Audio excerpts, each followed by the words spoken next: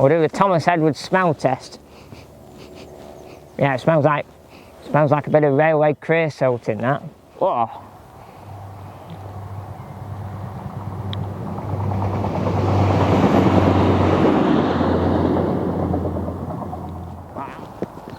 Oh, didn't see it there. It's Thomas Edward, that's me, that is.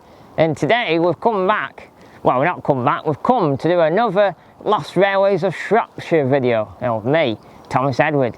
And today we've stood on a bridge what's crossing the what in the technical terms is Manchester to Cardiff line, but in anyone who's local, to my left is Shrewsbury and to my right is Craven Arms and then down to Ludlow. So we're sort of in the middle. But this line is a line where a little branch line came off it many moons ago, and it went from here, Stratford Bridge, all the way up to Bishop's Castle. So today we're going to walk it and see all the little stations. Some are still there and some are gone, and see what we can find. So I'm stood on this bridge, and up there you can see the cutting in between the fields and the grass, and that's where the line went off here from Stratford Bridge up, and we're going to go and have a look and see what we can find.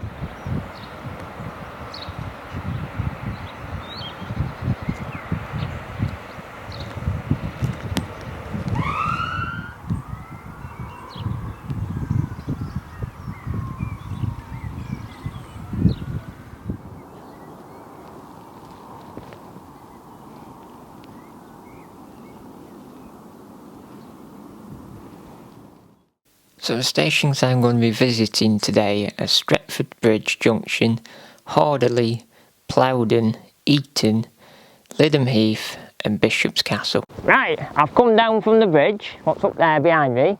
We've walked down, there's actually a trail. This is actually a walking trail where you can come and walk your dogs, or you can just come for a jolly walk and walk the old bed of the line. So we're down here, and this is sort of the entrance of the old branch line, the Bishop's Castle Railway. And it was proposed in 1861, but it didn't get built to 1864. But it only took a year to build it, so 1864 to 1865, then it was completed. Because it was only 9.5 miles long. You know, it wasn't a very long branch at all. Because it was 9.5 miles long, it didn't take a long journey on the train. The record holds speed record from here at Stratford Bridge to Bishop's Castle was 30 minutes, but the normal typical everyday time was 50 minutes. So it wasn't a very long line at all. But the original plan of this line, that would come off here, the Shrewsbury line, onto here, was it was to connect this line to the line at Montgomery, what's over there in the Welsh side, you know, over the border. And then that line over there would go to Newtown. It sort of connects like the English side and the Welsh side together. Because there are a lot of towns along this branch, what villages I should say, there's only really Bishop's Castle, what is a town, where they weren't connected to the outside world. You know, they wanted to go places, you know. So this line was there at their ticket to get out and and see a bit of the countryside, you know, and get to big towns, go to Shrewsbury or down, you know, to Ludlow, you know, get out of the valleys, as they say. The history of it wasn't very good in the way that it didn't last as long as it should have done, and it didn't last as long as it should have done because the funds for it weren't there. They were always having problems with funds of funding this line. So when it was completed in 65, it only lasted 70 years to 1935, and then it shut altogether, and that was the end of it. So in the sense of things, it's been shut nearly 90 years, longer than it was actually opened for, 70 years. So, but it's a surprising, you know, all that 90 years it's been shut, that the track bed's still here, but it's not. If you didn't know, you just look at it as a farmer's track. It doesn't look like a railway. But up behind camera, I can just see a bit of railway brickwork, what I'll show you in a minute, what sort of the last sort of thing standing on here, you know, to show you that there's actually a bit of railway history on here, but that's it. Now, I've seen on a couple of photos that Stratford Bridge had a little station, you know, as well as it being a junction at the beginning of the line, it also had a little station. And I can even spy now from where I'm stood. On that side there was a bit of a building, maybe a station master's building, something like that. And I can just see a bit of brickwork over there, so we'll go and have a look at that. And then I looked on a few pictures, and there's a big wooden station, so we'll try and have a look for that and see if there's any remains. So come on, let's go and have a look. So that to me looks like, you know, it's that classic railway red and sort of purpley blue brick colour. It's very railway that. That's probably what's left of that stone building what's on the photos.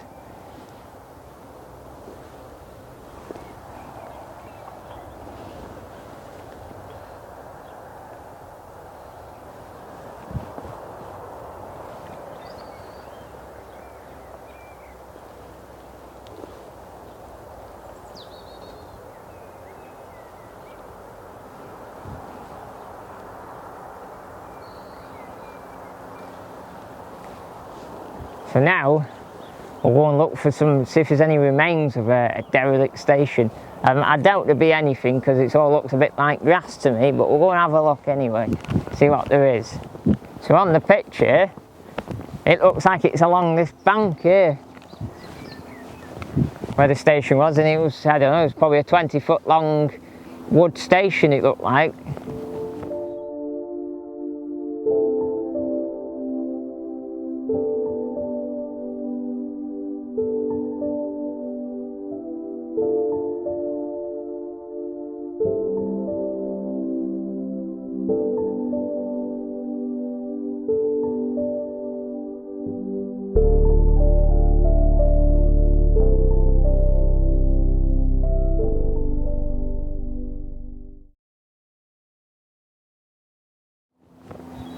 Or probably made out of sleepers or something. So we're going to have a look round on here and see if there's any remnants of old stations. Can't see anything. Can you see anything? No, nothing yet. Maybe it's a bit further down here. Oh, what's that there? Oh, there's a bit of wood there. Oh, and another bit of wood. Oh, maybe that was part of that. That looks to me like a bit of a support on a Stretford Bridge railway station on there. And then look, see, there's a bit here. Look, here you go. We'll do the Thomas Edwards smell test. Yeah, it smells like a bit of railway creosote in that. Yeah, I think that's the remains of Stretford Bridge station. And down here, let's go and have a see if there's any more. So that's a bit of wood there. Like time team. Can't see anything else. Just all, but it's well banked, like it's been something here. Oh no, look at this. There we go. It's more genuine, I think. Stretford Bridge wood. It's like sleepers. Solid. I bet you if you cut that in half, it'd be bleeding with creosote in the middle of that. And it's about sort of the length of the station, that between that wood and that wood we found before, that's about 20 foot that. So this, I think this is, we found the Stretford Bridge station, well the remains of the station.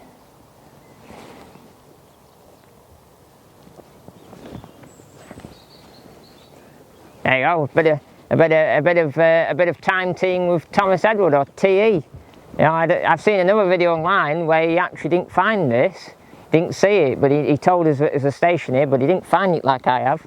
So it's been, probably, I think his video was about 5 years ago. This is uncovered itself in the last 5 years. So probably heavy rain falls and, I don't know, sheep grazing on it, I think, have just uncovered it. So this is Stretford Bridge Station. And I think we're going to go on next to Horderley Station. That's the next station on our route. And I'll see you in a bit. Whoa.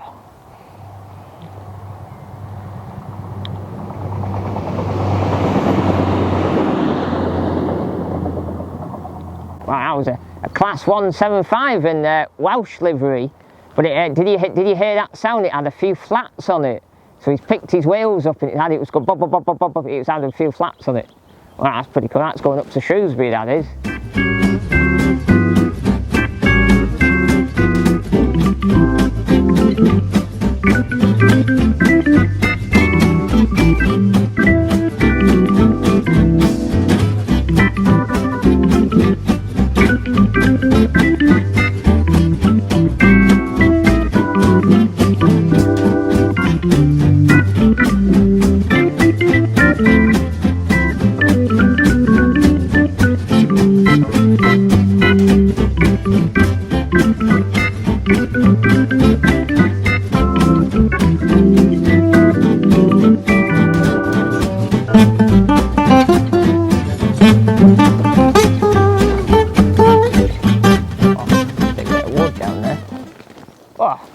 Well, we made it up to Horderley, and the station still exists.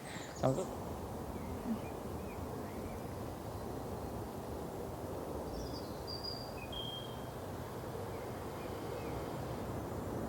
just looking over here for the bushes of the old track bed. It's all overgrown, and it goes behind us here. And the guy who obviously owns the old station is a bit of an enthusiast, and he's made his own signal in the garden, and then he's refurbished some of the old station and the old Horderley sign, and he's got an old box van down there, and he's made the station all very quaint and nice and very old railway style. He's not ruined it. You know, some people who own old railway stations ruin them by putting big fancy conservatories on the back or putting a swimming pool in the back garden, but you know, he's kept it very nice and quaint. So tale goes that here at Horderley, the railway line itself was actually in quite a bit of debt with, you know, there's bits of land he didn't own, there was a bit of, you know, it wasn't quite a full railway in the sense of things. They were running over land what they hadn't fully paid for. So the bailiffs came in and ripped a bit of track up so they couldn't run the train up and down it. And they got to the point where at Bishop's Castle, at the end of the line, they were running out of coal. And so when the bailiffs at the night time went for a few bevies and the Red Lion, you know, because it was cold and dark and rainy, they went to Red Lion for a few bevies. A few railmen came down on an engine and relaid the track where it'd been ripped up so they couldn't use it, and then went down and got a load of coal and then ran it back up to Bishop's Castle, you know, and the bailiffs came running out the pub, and the train was off up there and they couldn't do anything about it. So it's a very interesting tale, that is. It's quite funny, really.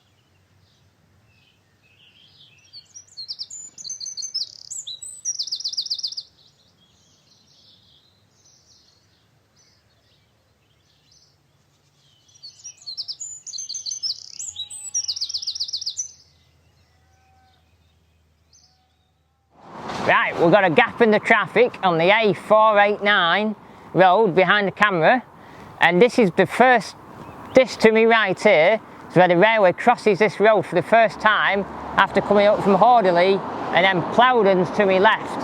And actually over there you won't be able to see, but when we had a look up at the station, we had a dog down in the woods, and there was some big old stones what must have been part of the bridge across here. So this is the first crossing.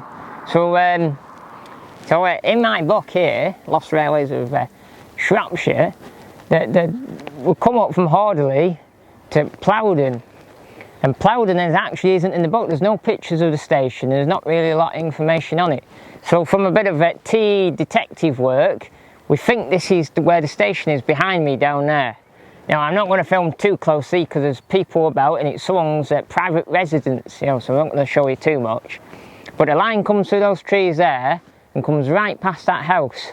And when we first went past it, we went, that's a bit big for a railway house on a branch line, because it's massive, it's bigger, it's 10 times the size of Horderley station. But you are talking 90 years of closure here, so it could have been built on and extended and made into a bigger dwelling. But that, from as far as I know, is Plowden station on the Bishop's Castle railway line, branch line. So that's roughly where it is.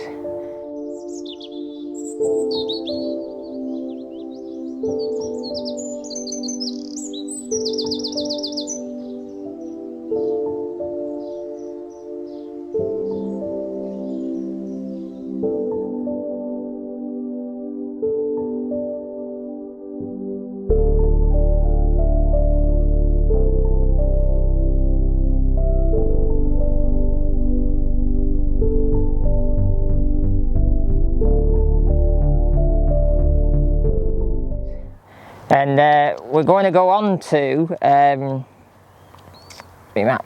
from here, from Plowden, we're going to go on to Eton, and that's going to be our next station. So go on, let's go and have a look.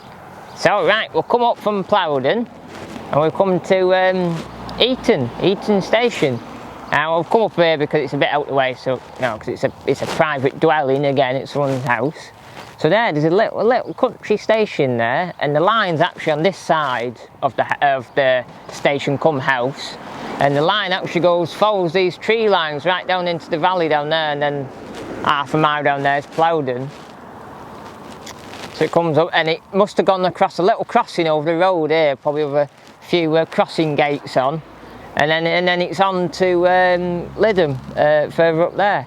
But one of the tales from Eton station was on the very last day of running, one passenger went down the line on a steam engine, probably had a few coaches on, but there was only one passenger, and they briefly stopped here, and all the timetables had been ripped off and weren't there. And the guy asked the station master, there was probably some big burly countryman on his station master with his hat on, but all nice and shiny, smart, but probably, you know, probably a big local lad, probably, and he said, hey, where's all the timetables, where have they all gone? And the probably big station master went, oh no, they're not torn down, they're not being ripped off. He said, no, the goats are eating them. So, you know, they had a goat, and he ate all the timetables, and that was the end. You know, what a perfect ending to a little branch line that the goat ate all the timetable.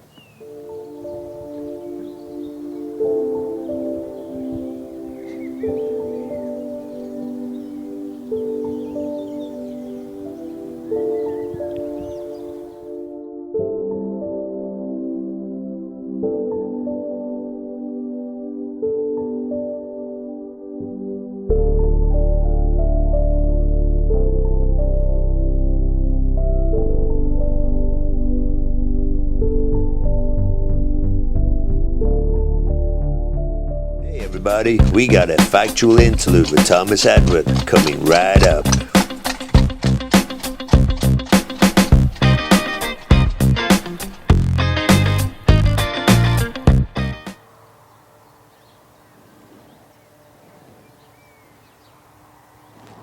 So I've come up from Eton down there, the little station. We've come about a mile up the hill to Mindtown and Mind Church.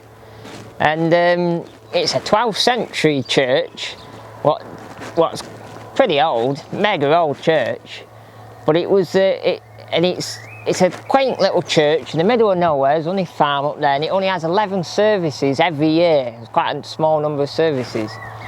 And in 2017, it got given the money to be done up, and it's had a new roof, new porch.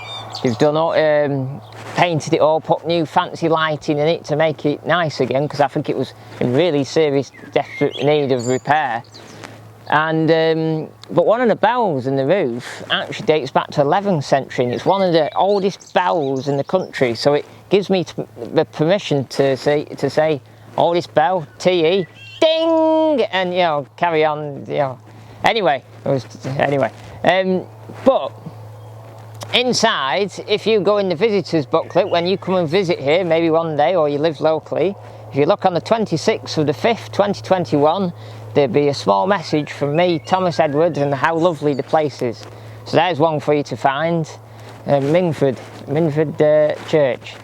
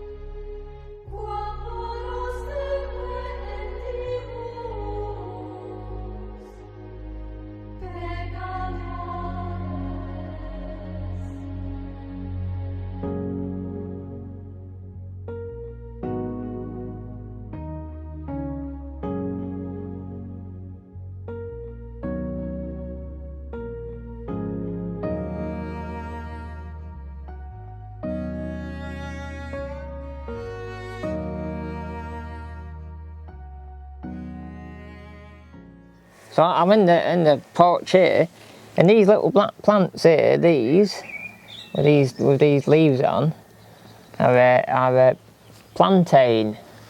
And what they are, these little plants, they're all over the churchyard, or plantago is when the bottle formed, and it's good for mucus colds, and if you have a horsefly bite, you can treat it with plantain.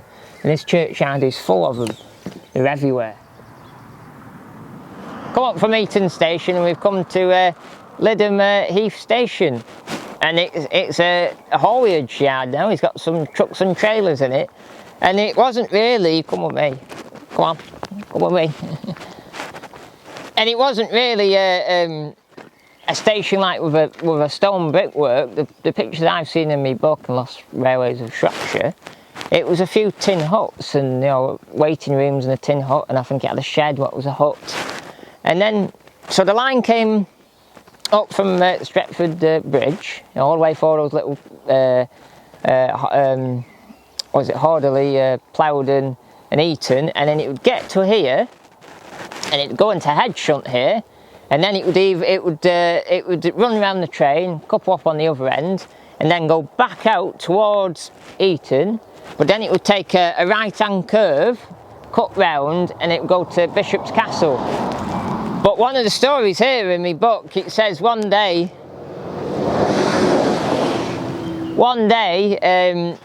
the train pulled in here, and were a nice, because the thing they did every day, every train that came in here, is the train ran round. But on this day, for some reason or other, the driver wasn't going to do that. But some do-gooder uncoupled the carriages from the engine, but he didn't realise, because he was at the back of the engine, and then he started to push the coaches or carriages down to Bishop's Castle. But before he was getting to Bishop's Castle, it was on a downgrade, and they started to run away from him, and he didn't realise someone had uncoupled, and he had to blow on his whistle, and the guard luckily knew what was going on, and applied the guard's brake, and it slowed it down. But otherwise, he would have ran up the buffers in Bishop's Castle, and the coaches would have been smashed to smithereens. So that's another little tale from Lytham Heath Station.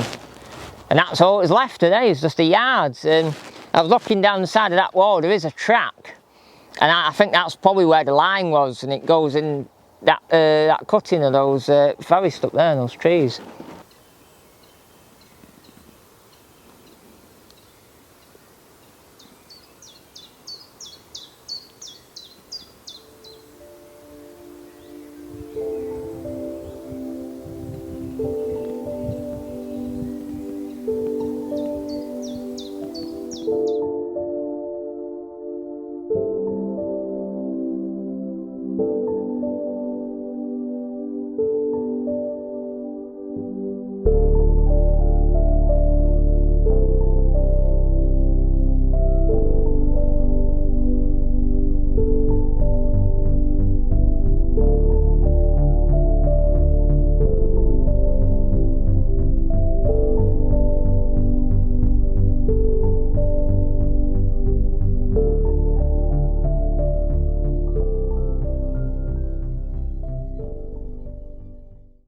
So we've made it to Bishop's Castle. So we've come up from Lytham Heath Station, and we've come up here, and it turns out they've actually got a railway society here where they're trying to restore the last building what's here.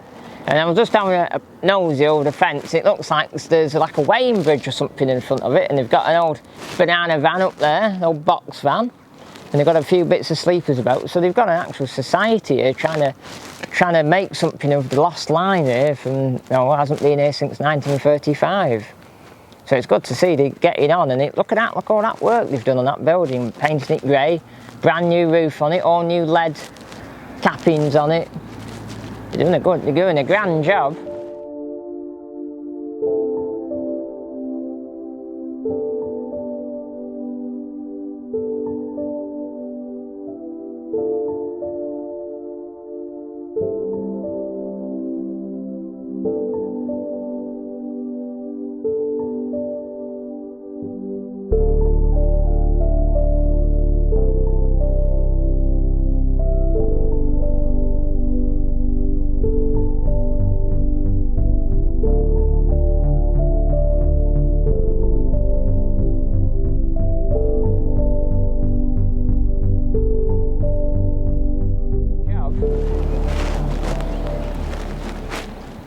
So this is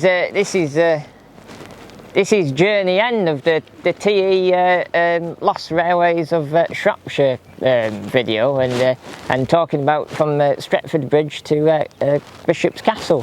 Now originally, the original plan for this line was it's going to come here, but then it was going to go on to Montgomery, what's over there, and then join on to the line that goes to Newtown. And then if that actually did get built, it would have been 19.25 miles long. But unfortunately, there was lots of big money issues with this line, and it only did 9.5 miles to Bishop's Castle. So this is journey end of the nice little joint we've had today, and looked at all the nice little stations. We found Plowden, what wasn't documented in the book, but we found it, and it's been really good. I've enjoyed it. And I hope you've enjoyed it at home, and you might know more about what I've told you today, but I've tried to give you all a general history view of what's going on. And before I sign off, I'm just going to say this is the project, what they're doing now, and this is, there's a Facebook here and a website. So we'll look them up when we get home.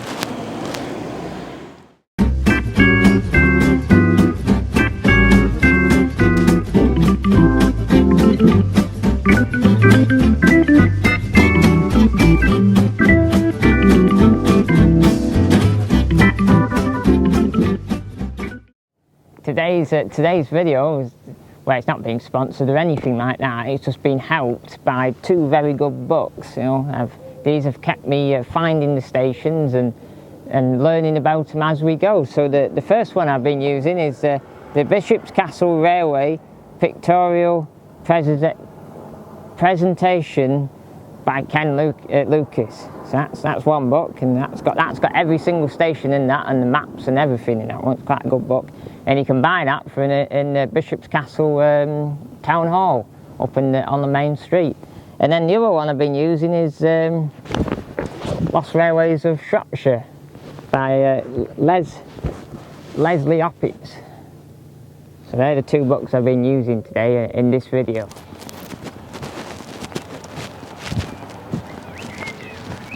So this is Journey's End with TE, me, Thomas Edward, and to be honest, it's not Journey's End because I can hear a bit of steam over there. I think I've just spied a small showman's engine and a roller. So we either drop that at the end of this video, or it could be a future Thomas Edward video. But anyway, I hope you've enjoyed today of following the line all the way up 9.5 miles, you know, seen a lot of nice little stations and quaint little places, and seen a lot and learned a lot, hopefully. And if you know anything or want to put anything below, leave me a comment, and give me a subscribe and give me a like. You know, if you like this, other people can find it, and then we can get it shared around. And also remember to click that big bell. Ding!